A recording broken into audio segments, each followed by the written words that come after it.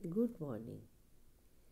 आज मैं आपको बीए पाठ प्रथम के रूप प्रत कला के मूल आधार का पाठ्यक्रम प्रारंभ करने जा रही हूँ, जिसमें हम कला तत्वों के बारे में पढ़ेंगे। रूप प्रत कला के 6 तत्व माने गए हैं: रेखा, रूप, रंग, तान, पोत एवं अंतराल। इन तत्वों के उचित आयोजन से ही एक चित्र सृजन सफल होता है। प्रत्येक चित्र में ये सभी तत्व अत्यंत आवश्यक हैं। आज हम इसके प्रथम तत्व रेखा के बारे में अध्ययन प्रारंभ करेंगे। रेखा जैसा कि आपके इसके शब्द से पता चलता है, लाइन। आप सभी जानते हैं, जब तक हम लाइन नहीं खींचेंगे हम किसी भी ड्राइंग को बनाने में समर्थ नहीं हो पाएंगे। तो सबसे फर्स्ट और आधारभूत तत्व है रेखा। रेखा का अर्थ जानने से पहले हम जानेंगे कि अंकन क्या है, यानी ड्राइंग क्या है। अंकन ड्राइंग का अर्थ। अंकन शब्द का अर्थ है कलम या अन्य किसी भी यंत्र की सहायता से किसी धरातल पर चिन्ह छोड़ते जाना। इस प्रक्रिया में कुछ देर चलने से रेखांकन का विकास हो जाता है, अर्थात बिंदु के क्रमिक एवं अबाध योग से रेखा का अस्तित्व सामने आता है। मैंने इसके वीडियो भी बना रखा है, तो वो आप एक बार और देख सकते हैं। मैं पहले भी इस चैप्टर का वीडियो बना चुकी हूँ। रेखा की परिभाषा। जैसे अपन किसी सतह पर एक बिंदु रखेंगे और दूसरा बिंदु कुछ दूर पे रखेंगे और उससे कुछ दूर पे तीसरा बिंदु रखेंगे, तो आप देखेंगे आपकी नज़र एक रेखा की तरह सीधी उन बिंदुओं पर चलेगी। यानी हमने रेखा खींची या नहीं खींची, लेकिन एक रेखा का निर्माण अवश्य हो जाता है। रेखा की परिभाषा। रेखा दो बिंदुओं या सीमाओं के बीच की दूरी है, जो किसी यंत्र की सहायता से जो बहुत सूक्ष्म होती है और गति का दिशा निर्देश करती है। कला पक्ष के अंतर्गत रेखा का प्रतीकात्मक महत्व भी है।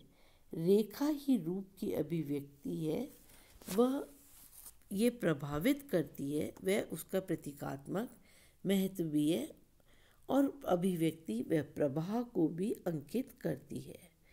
कलात्मक रेखा किसी भी आकार की शक्ति का प्रतीकात्मक रेखांकन है, जिसका रसास्वादन नेत्र जनित गतिज दिशा से होता है।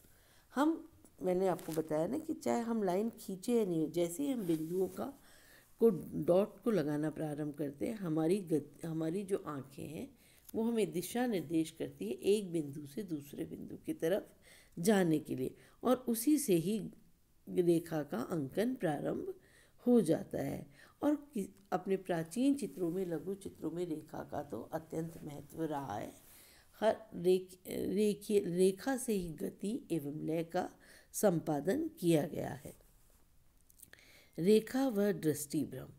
कभी कभी दो से अधिक बिंदुओं के बीच वास्तविक रेखा नहीं होती, किंतु बिंदुओं के मध्य रेखीय प्रभाव आ जाता है। इस प्रकार की रेखाएं अनुभूत रेखाएं कहलाती है। जैसे यदि दो रेखाएं बराबर बराबर खींची जाएं और तीर के चिन्ह से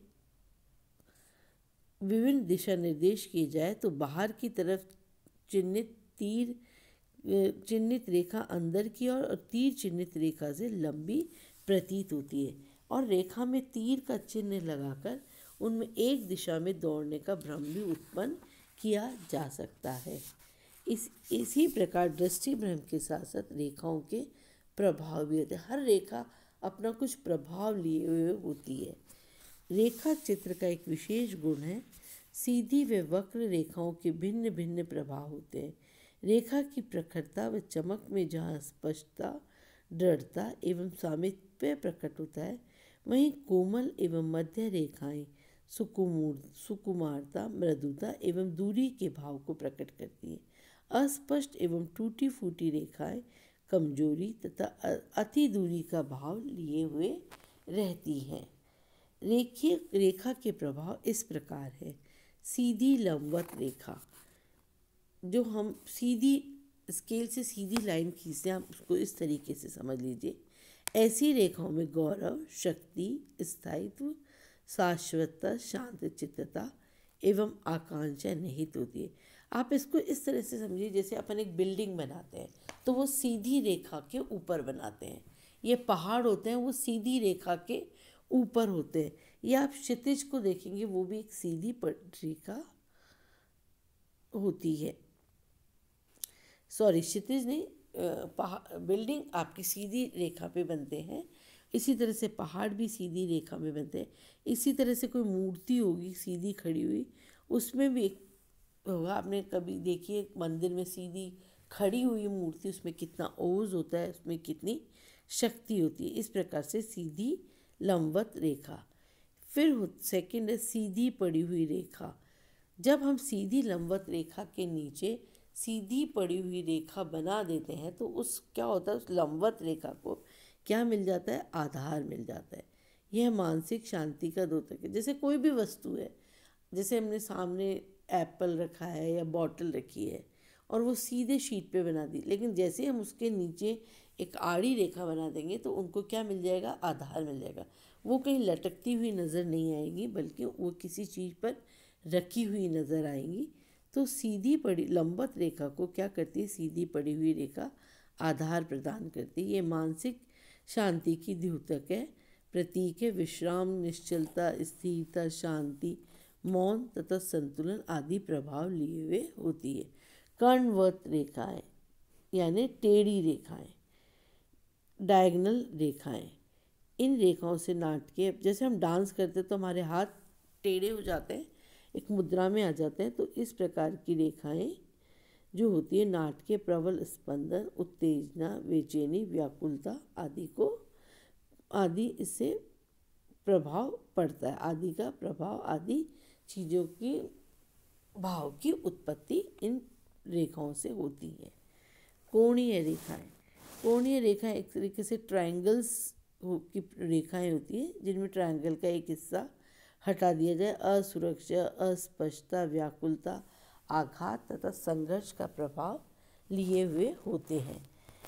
कोणीय एक पुंजीय रेखा यानी एक सिरे से, जैसे एक धागे से अपन बहुत सारी रेखाओं को बांध दें और फिर वो उनको छोड़ दें। जैसे कि अपने फूलदान में देखा है कि वो नीचे से बंधा हुआ होता है फूल और ऊपर से वो फूल बिखरे हुए होते हैं। तो ऐसे प्रकार की रेखाओं से स्वच्छंदता, अभिलाषा, शोभा, लवलीनता, स्वदेश प्रेम, प्रसार आदि का भाव प्रकट होता है। चक्राकार रेखाएं यानी गोल गोल गोल गोल गोल गोल गोल गोल जो घूमती सर्प की भांति, इन रेखाओं में उत्तेजना, शक्ति, गति आदि का प्रभाव लिए हुए होती है। इस प्रकार की रेखाएं। प्रवाही रेखाएं, प्रवाही रेखाएं जैसे सड़क चलती है तो लगातार चलती ही जाती है, तो इन प्रकार की रेखाओं से गति, लावण्य, माधुर्य आदि का प्रभाव इस प्रकार की रेखाएं लिए हुए होते। ये सभी, इन सभी रेखाओं से ही हम किसी चित्र की निर्मित कर पाते हैं। ये सभी रेखाएं किसी न किसी आकृति में समाहित होती हैं और इनके बिना किसी भी चित्र को बनाना असंभव। रेखाओं का अगला भाग हम अगले वीडियो में देखेंगे या पढ़ेंगे। धन्यवाद।